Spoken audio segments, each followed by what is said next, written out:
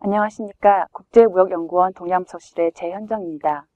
오늘 새벽에 우리나라 대표팀이 월드컵 16강에 진출했습니다. 머나먼 남아공에서 우리 선수들이 열심히 뛰어준 덕분인데요. 우리 기업들도 선수들 못지않게 세계 무대에서 땀 흘린 결과 올 상반기 수출이 당초 예상보다 더 좋은 성적을 기록했습니다.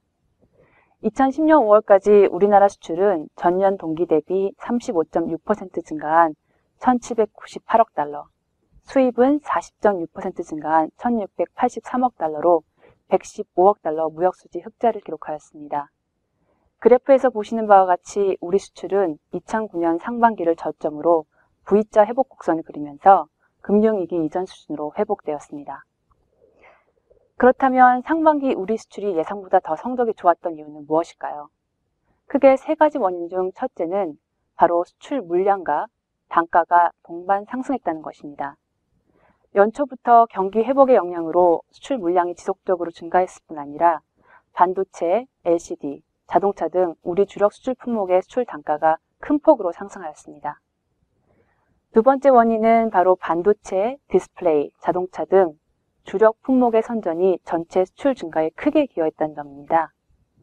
2010년 5월까지 수출 증가분에 대한 품목별 기여율을 계산한 결과 반도체가 21%, 자동차 및 부품이 17.9%, 디스플레이가 9.1%로 이들 3대 품목이 상반기 수출 증가에 50%가량 기여한 것으로 나타났습니다.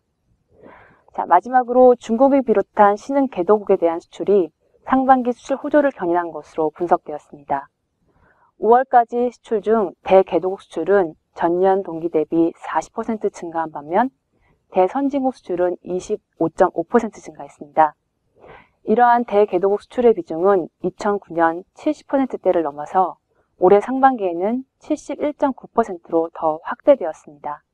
또한 대중국 수출 비중은 4분의 1을 넘어섰습니다.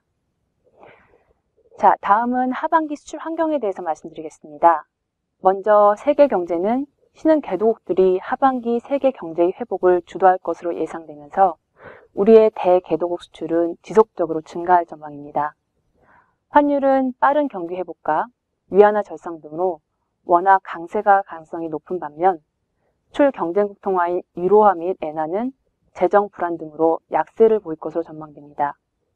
따라서 전반적으로 하반기 환율은 우리 수출에 불리하게 작용할 것으로 보입니다. 다음으로 하반기 원자재 가격은 변동성이 큰 보합세 속에 완만한 상승이 이어질 것으로 예상됩니다. 국제 유가는 70달러에서 85달러 수준에서 등락을 거듭하면서 상승할 것으로 보입니다. 마지막으로 하반기 우리 수출에 위협이 될 만한 요인들을 짚어보겠습니다. 남유럽 재정위기는 그리스뿐 아니라 주변국 및 동유럽 국가로 확산될 가능성이 있어 여전히 불안한 상태입니다.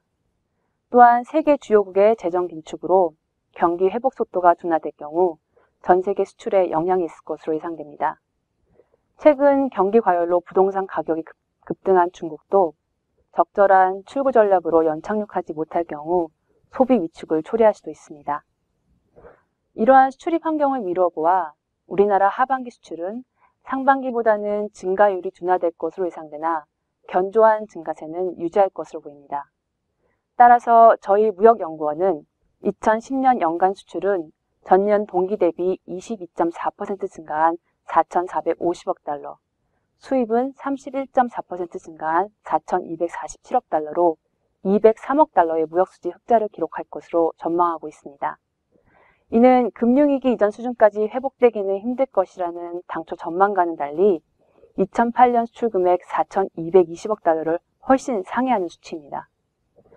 이러한 전망의 근거로는 신흥 개도국 중심으로 글로벌 경기 회복이 지속되고 환율 하락 속도가 둔화되어 수출에 미치는 영향이 크지 않다는 점을 들 수 있습니다.